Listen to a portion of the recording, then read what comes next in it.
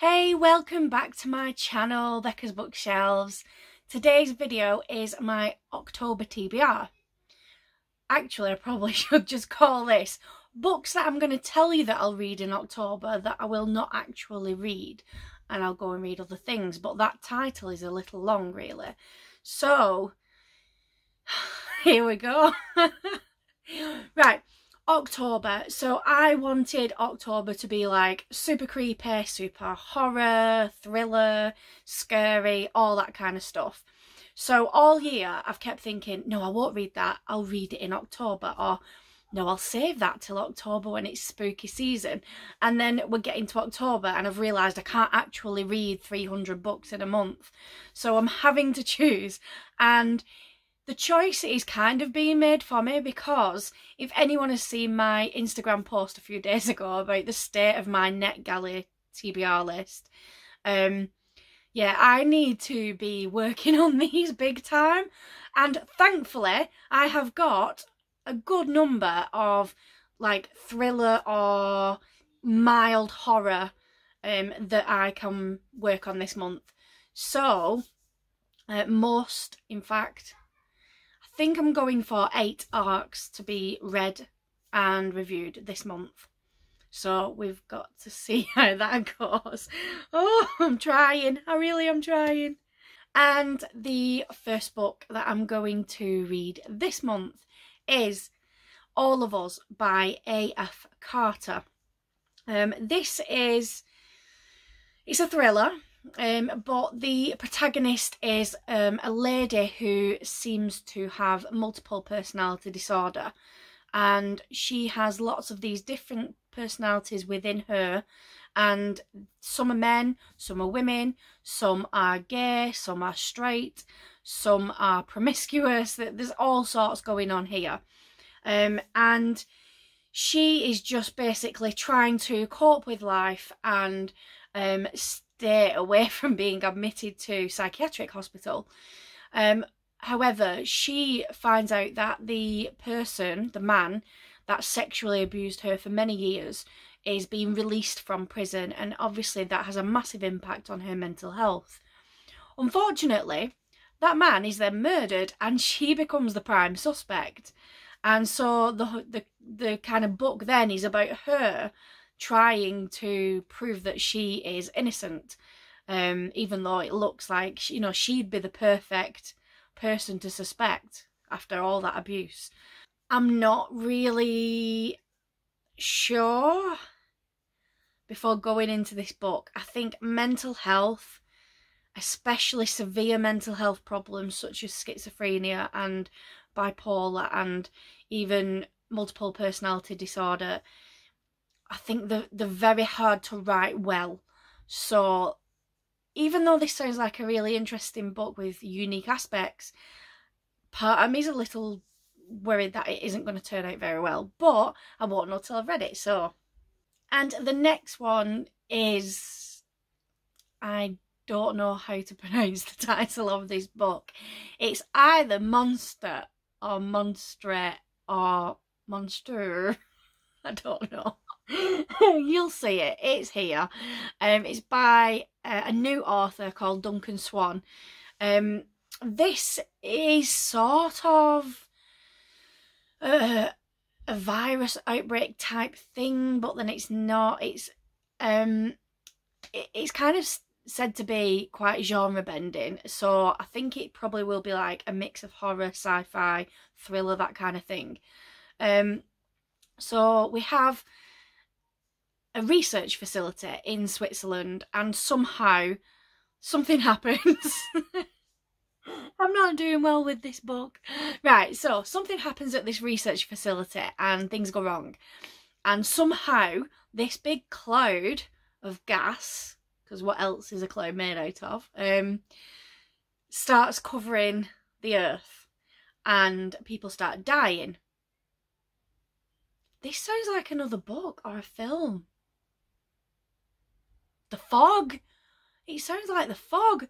Right, so the synopsis then kind of jumps to day 89, and basically people, like, society is collapsing, people are turning on each other, you know, madness and anger and committing crimes and just rioting, everything basically, looting.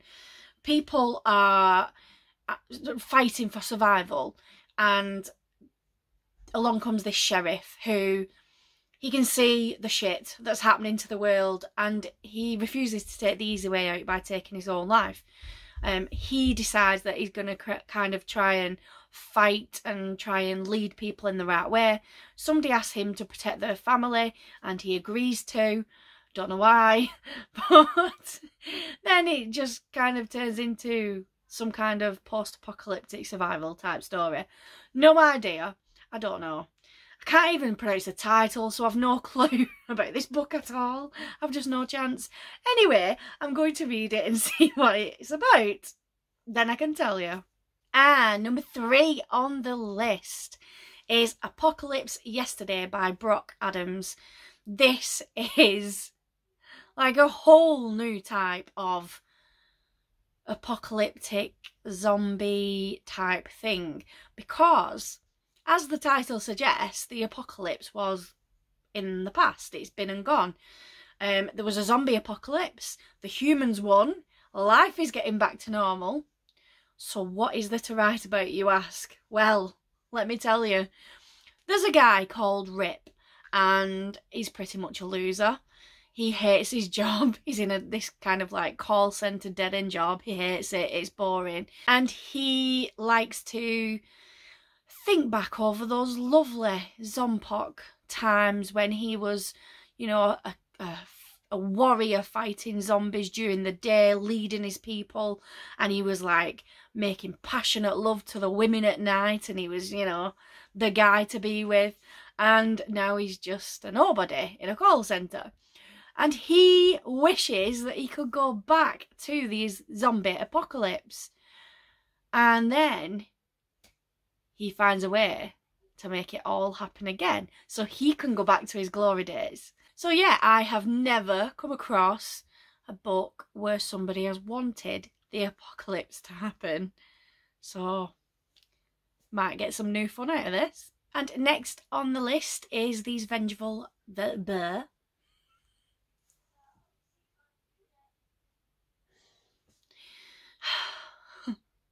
And next on the list is These Vengeful Hearts by Catherine Lauren. This is set in a high school, and in this high school there is the kind of group of popular elite girls. They call themselves the Red Court.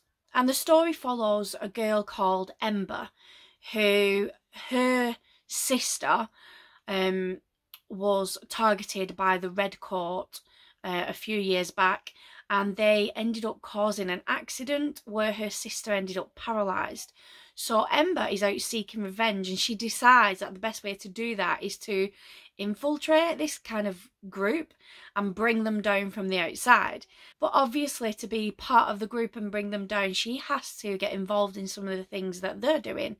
And so there's some kind of like crossing of moral boundaries, and how far will she go to get revenge. So this sounds like a really cool YA thriller. Up next is another book I know very, very little about, and that's The Nesting by CJ Cook.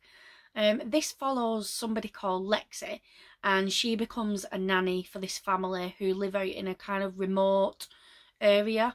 And it's like all snowy and cold and wintry and dark. Now, the synopsis says something about Lexi hasn't been telling the truth about who she is. So she's obviously got secrets that you got to assume are going to come out in this book.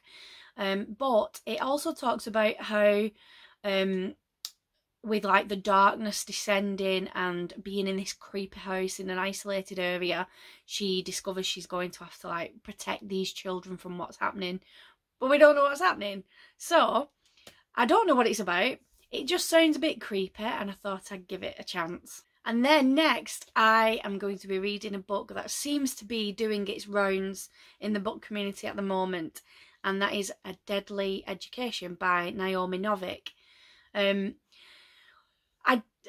wrote a little note about this book just so I could kind of remind myself what it was about earlier.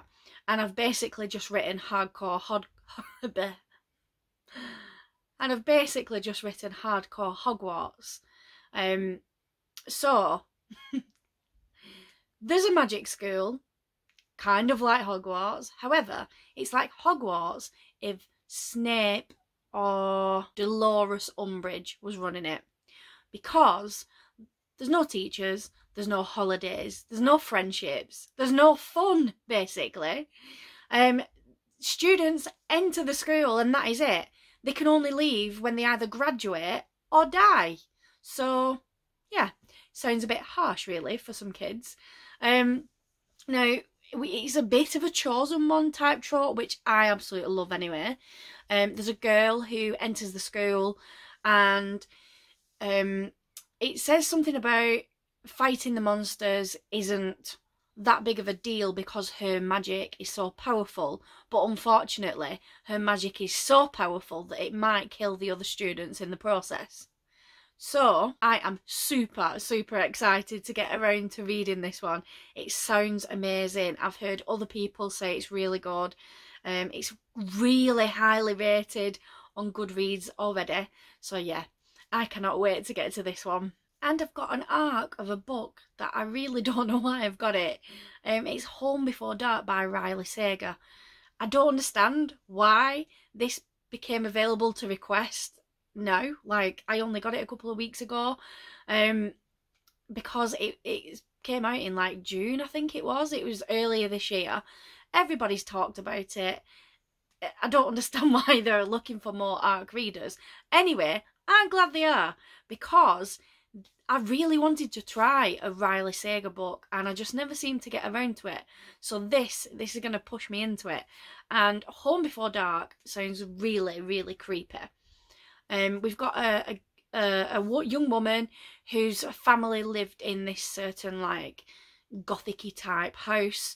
They only managed 3 weeks there and they literally fled for their lives. This was when she was a young girl.